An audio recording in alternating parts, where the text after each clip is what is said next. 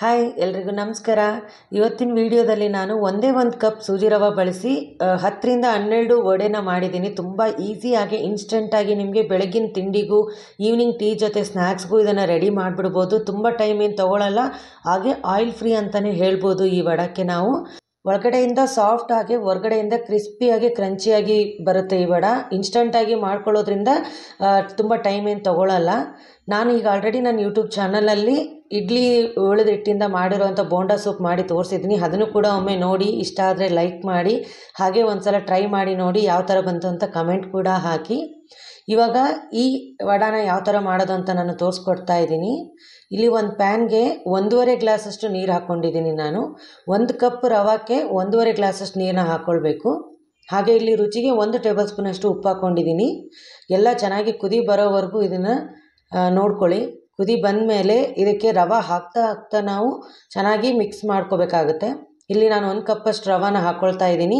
ಯಾಕಂದರೆ ಇದು ಸೂಜಿ ರವೆ ಅಲ್ವಾ, ಬೇಗ ಗಂಟು ಹಾಕೊಳ್ಳುತ್ತೆ. ಮಿಕ್ಸ್ ಮಾಡ್ಕೊಳ್ತಾನೆ ಈ ರವಾನ ಆ್ಯಡ್ ಮಾಡ್ಕೊಳ್ತಾ ಹೋಗಬೇಕು.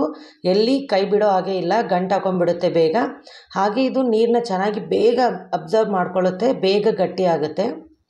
ನೋಡಿ, ಇಲ್ಲಿ ನೀರು ಹಾಕ್ಕೊಳ್ತಾ ಇದ್ದಾಗೇ ಗಟ್ಟಿ ಆಗೋಯ್ತು ರವೆ. ಕಂಟಿನ್ಯೂಯಸ್ ಆಗಿ ಇದನ್ನು ಕಲಿಸ್ತಾನೆ ಇರಬೇಕು. ಗಂಟು ಹಾಕ್ಕೊಂಡ್ರೆ ಏನಾಗುತ್ತೆ, ವಡೆ ಅಷ್ಟೊಂದು ಚೆನ್ನಾಗಿ ಬರಲ್ಲ. ನೋಡಿ, ಇಲ್ಲಿ ಇವಾಗ ವಡಕ್ಕೆ ಬೇಕಾಗುವಂಥ ಹಿಟ್ಟು ರೆಡಿಯಾಗಿದೆ. ಇದನ್ನು ನಾನೀಗ ಒಂದು ತಟ್ಟೆಗೆ ಹಾಕ್ಕೊಳ್ತಾ ಇದ್ದೀನಿ. ಸ್ವಲ್ಪ ಎಣ್ಣೆ ಹಚ್ಕೊಂಡು ರೆಡಿ ಇಟ್ಕೊಂಡಿದ್ದೆ ತಟ್ಟೆ, ನಾನು ಅದಕ್ಕೆ ಇದನ್ನೆಲ್ಲ ಹಾಕ್ಕೊಳ್ತಾ ಇದ್ದೀನಿ. ಎಣ್ಣೆ ಹಚ್ಕೊಳ್ಳೋದ್ರಿಂದ ಈ ರವೆ ಏನಿದೆ ತಟ್ಟೆಗೆ ಅಂಟ್ಕೊಳ್ಳಲ್ಲ.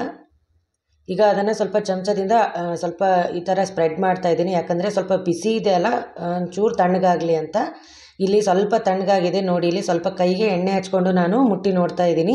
ಸ್ವಲ್ಪ ತಣ್ಣಗೆ ಅಂದರೆ ಪೂರ್ತಿ ತಣ್ಣಗಾಗೋವರೆಗೂ ಬಿಡೋ ಹಾಗೆ ಇಲ್ಲ, ಒಂಚೂರು ಕೈಯಿಂದ ಮುಟ್ಟೋವಷ್ಟು ತಣ್ಣಗಿರಬೇಕು. ಆವಾಗ ಅದನ್ನು ಸ್ವಲ್ಪ ಚೆನ್ನಾಗಿ ನಾದ್ಕೊಳ್ಬೇಕು. ನಾದ್ಕೊಂಡ್ಮೇಲೆ ನಾನೊಂದು 2 ಭಾಗದಷ್ಟು ಮಾಡಿಕೊಂಡು ವಡೆ ಯಾವ ಥರ ಮಾಡ್ಕೋಬೇಕು, ಅದಕ್ಕೆ ಎಷ್ಟು ಸೈಜಲ್ಲಿ ಇರಬೇಕು ಅಂತ ನಾನು ಅದನ್ನು ಉಳ್ಳಿಗಳನ್ನು ಮಾಡ್ಕೊಳ್ತಾ ಇದ್ದೀನಿ. ಎಲ್ಲ ವಡಾನು ಒಂದೇ ಸೈಜಲ್ಲಿ ಇರಲಿ ಅಂತ ನಾನು ಉಳ್ಳಿಗಳನ್ನು ಮಾಡ್ಕೊಂಡಿದ್ದೀನಿ. ಈಗ ವಡಾನು ರೆಡಿ ಮಾಡ್ಕೊಳ್ತಾ ಇದ್ದೀನಿ. ನೋಡಿ, ಅದಕ್ಕೆ ಶೇಪ್ ಕೊಡ್ತಾ ಇದ್ದೀನಿ.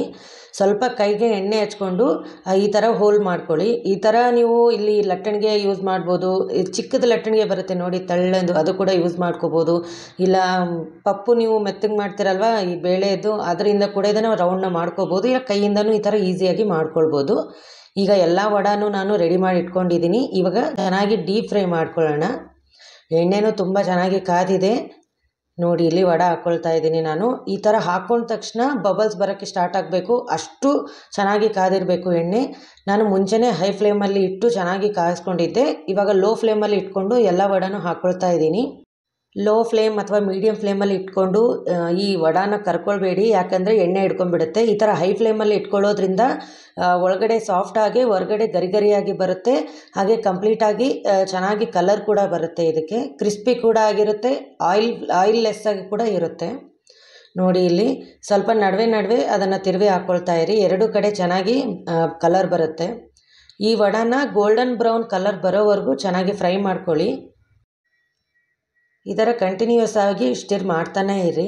ನೋಡಿ, ಅದರಲ್ಲಿ ಬರುವಂಥ ಗುಳ್ಳೆಗಳು ಕೂಡ ಕಡಿಮೆ ಆಗಿದೆ. ಹಾಗೆ ಕಲರ್ ಕೂಡ ಎಷ್ಟು ಚೆನ್ನಾಗಿ ಬಂದಿದೆ, ಕಲರ್ಫುಲ್ಲಾಗಿ ಬ್ರೌನ್ ಕಲರ್.